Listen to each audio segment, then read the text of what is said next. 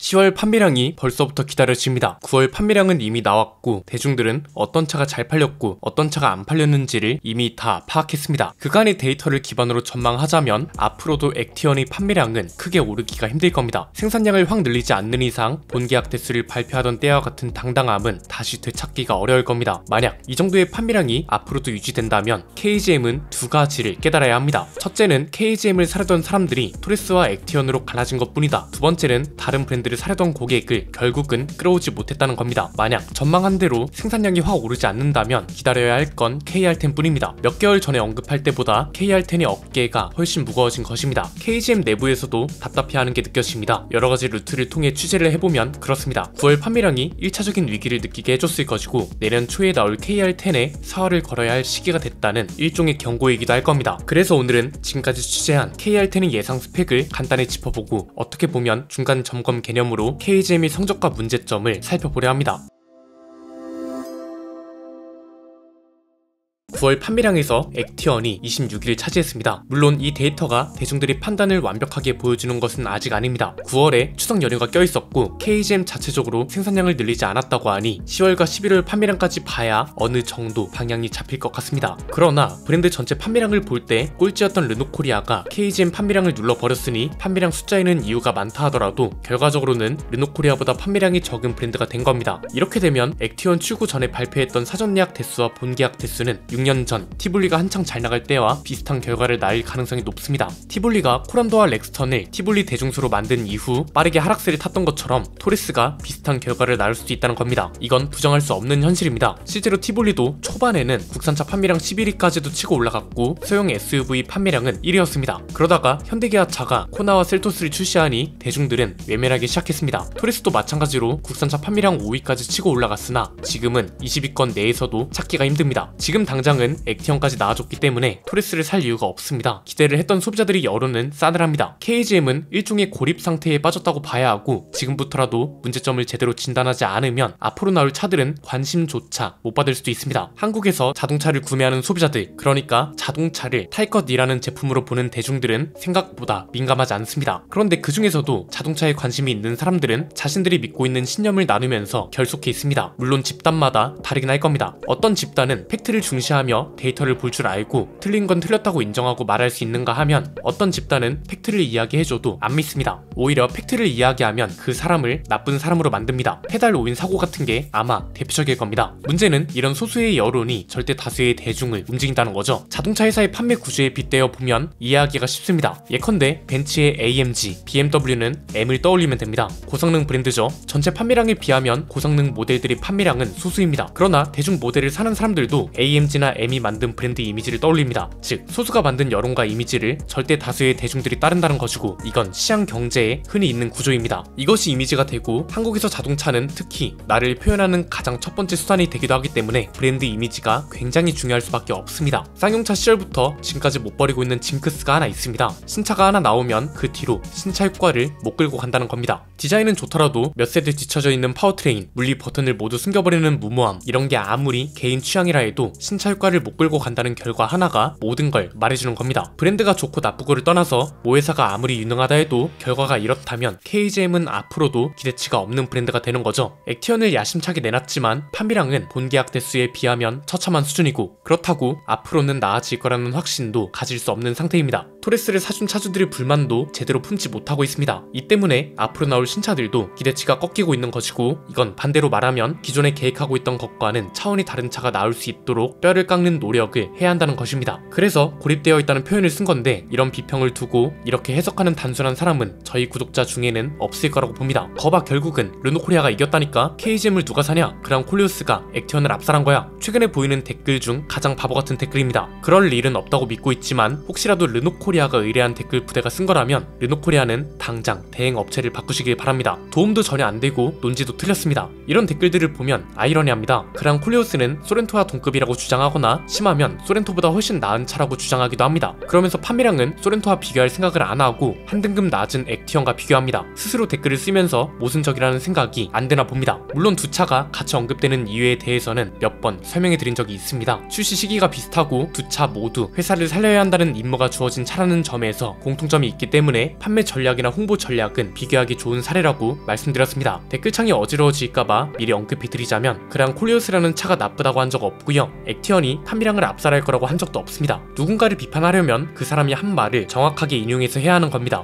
이걸 굳이 왜 언급하냐면 사실이 아닌 게 그들로 인해 사실이 되는 경우가 너무 많고, 그렇게 되면 바로 잡는 데에 너무 많은 시간과 노력이 들기 때문에 미리 말씀드리는 겁니다. 자, KGM이 신차 출시와 판매량 패턴에는 흥미로운 점이 있습니다. 신차 출시 때는 압도적인 지지를 받습니다. 그러나 이게 구매까지 이어지진 않고 토레스처럼 구매까지 이어진다 하더라도 그게 오래가지 못합니다. 여기서 중요한 건 이런 일이 과거 쌍용차 시절부터 똑같이 반복되고 있다는 거죠. 이건 냉정하게 말하자면 결국 쌍용차 시절부터 지금까지 자리를 차지하고 있는 중간 권력자들이 안일함과 게으름이 만들어낸 역사적 딜레마라고 할 수 있는 겁니다. 번곤 감리를 넣어서 애국심 마케팅으로 신차 효과를 유지하기에는 한계가 있습니다. 티볼리 때부터 생각해보면 티볼리도 처음에는 판매량이 굉장히 잘 나왔습니다. 티볼리는 특히나 기회였던 게 소형 SUV는 승차감이나 스포츠카다운 주행 성능을 기대하는 게 아니라 저렴하고 실용적이고 디자인만 좀 괜찮으면 잘 나갔습니다. 티볼리도 주기적으로 상품성 개선을 했다면 5점으로 남지 않았을 겁니다. 지금은 셀토스한테 전혀 상대가 안 됩니다. 한국 소형 SUV 시장을 활성화시키고 죽어가던 쌍용차를 멱살 잡고 끌고 가던 소년 가장의 모습은 온데간데 없습니다. 토레스도 마찬가지입니다. 처음에는 가격과 디자인으로 승부를 봤습니다. 초반까진 그래도 어려운 상황에 나온 차라는 점 때문에 동정심이 실제 판매로 이어진 이례적인 케이스였습니다. 그런데 그 뒤로 온갖 오류에 시달렸고 정작 그 오류도 1년 넘게 못 잡았습니다. 지금도 완벽하지 못합니다. 우연의 일치인지 이렇게 품질 문제로 시달리는 와중에 쌍용차 시절부터 있었던 인물이 어느덧 사장이 되었는데 횡령 혐의로 압수수색을 당합니다. 그 뒤로 사임하겠다고 하더니 KGM이 인증 중고차 사업 대표자로 이름을 올립니다. 그럼 문제가 어디에 있다고 봐야 할까요? 회사 임원들, 그러니까 KGM 위에 있는 KG그룹의 임원들은 KGM이라는 중간 권력자들이 만든 데이터를 보고 봤습니다. 문제가 있어도 문제가 없는 것처럼 보고할 수 있는 것이며 그 차가 나오기까지의 모든 결정을 중간 권력자가 합니다. 물론 그런 일은 없다고 믿겠지만 결과적으로 보면 대중들은 그렇게 생각할 수도 있다는 겁니다. 따지고 보면 그들의 안일함과 게으름이 쌍용차 시절 티볼리 징크스를 만든 것이고 지금은 그걸 반복하게 만든 거란 거죠. 아직 첫 달 판매량에 불과하기 때문에 확언하긴 어렵지만 크게 바뀌지 않는 한 비슷한 역사를 반복할 가능성이 높아 보입니다. 토레스는 KGM이 돌파구가 되는 차였어야 합니다. 그러나 토레스는 지금 KGM이 딜레마가 됐습니다. 디스플레이 오류, 토레스부터 시작된 거고요. 스마트폰 미러링 오류, 토레스 때부터 시작된 겁니다. 심지어 물립 버튼이 모두 사라진 것도 토레스부터입니다. 차주들의 불만도 토레스로부터 터져 나왔습니다. 하이브리드 파워트레인이 내년부터 도입될 거고 KR10보다 토레스에 먼저 도입될 거라고 합니다. 지금 이 상태에서 토레스에 하이브리드 파워트레인이 도입된다 해도 돌파구가 안 될 겁니다. 토레스가 가격이나 상품성으로 경쟁해야 하는 건 스포티지와 투싼입니다. 그런데 이 가격대에는 하이브리드 차가 안 팔립니다. 내연기관차보다 비싸고 준중형 SUV까지는 절대 다수의 대중들이 가성비를 찾습니다. 차급마다 주력으로 미는 파워트레인도 달라야 한다는 거고요. 소렌토 이상으로 가야 조금 더 비싸지더라도 하이브리드 차를 사는 거고, 우리나라에서 판매량 상위권을 차지하고 있는 차들은 준대형 차들입니다. 이 차들의 판매 비율을 하이브리드 모델이 압도적으로 차지하고 있는 이유가 여기에 있는 겁니다. 이건 근거 없는 말이 아닙니다. 판매 비율로 보면 소렌토는 하이브리드 모델 판매 비중이 71.4%, 산타페는 69.8%, 그랜저는 53.5%인 반면 스포티지는 43%, 투싼은 48%로 상대적으로 그 비율이 낮습니다. 토레스에 하이브리드 모델을 추가하면 안 된다는 게 아니라 추가가 되어도 이게 큰 돌파구가 되진 않을 거란 거고, 중간 권력자들은 이것만 믿고 있으면 안 된다는 겁니다. 하이브리드라는 이유로 가격이 더 오를 텐데 가격이 오른 만큼 소비자들은 더 나은 상품성을 원할 겁니다. 그런데 파워트레인만 바뀌고 나머지 상품성은 그대로라면 굳이 말 안 해도 결과는 뻔합니다. 그런데도 이렇다 할 게 안 나옵니다. 소비자들이 원하는 대답이 있는데 그 대답이 안 나오고 있습니다. 토레스가 원래는 돌파구였지만 이제는 딜레마가 됐다는 거죠. 그래서 오늘 영상을 시작할 때 KR10의 어깨가 더 무거워졌다고 표현한 겁니다. KR10은 KGM의 운명을 좌우할 겁니다. 상황에 따라 두 가지 운명을 예측해 볼 수 있습니다. 우선 긍정적인 것부터 보자면 차가 너무 잘 나왔어요. 이미 알려진 건 뭔가요? 하이브리드 파워트레인이 추가되고 실내 물립 버튼이 부활한다는 거죠. 추가로 취재한 바로는 8단 자동 변속기도 들어간다고 합니다. 여기에 이제 2.0 가솔린 엔진과 답답하지 않은 가속 페달 반응과 적당한 가격과 헤드업 디스플레이, 프리미엄 오디오, 메모리 시트를 선택할 수 있게 해주고, 디스플레이 UI UX는 대대적인 업그레이드를 해서 나온다면 안 팔릴 이유가 없습니다. 디스플레이도 예정대로라면 대대적으로 업데이트가 되긴 할 겁니다. 이렇게만 나와준다면 토레스와 액티언은 일시적으로 자연스럽게 잊혀질 겁니다.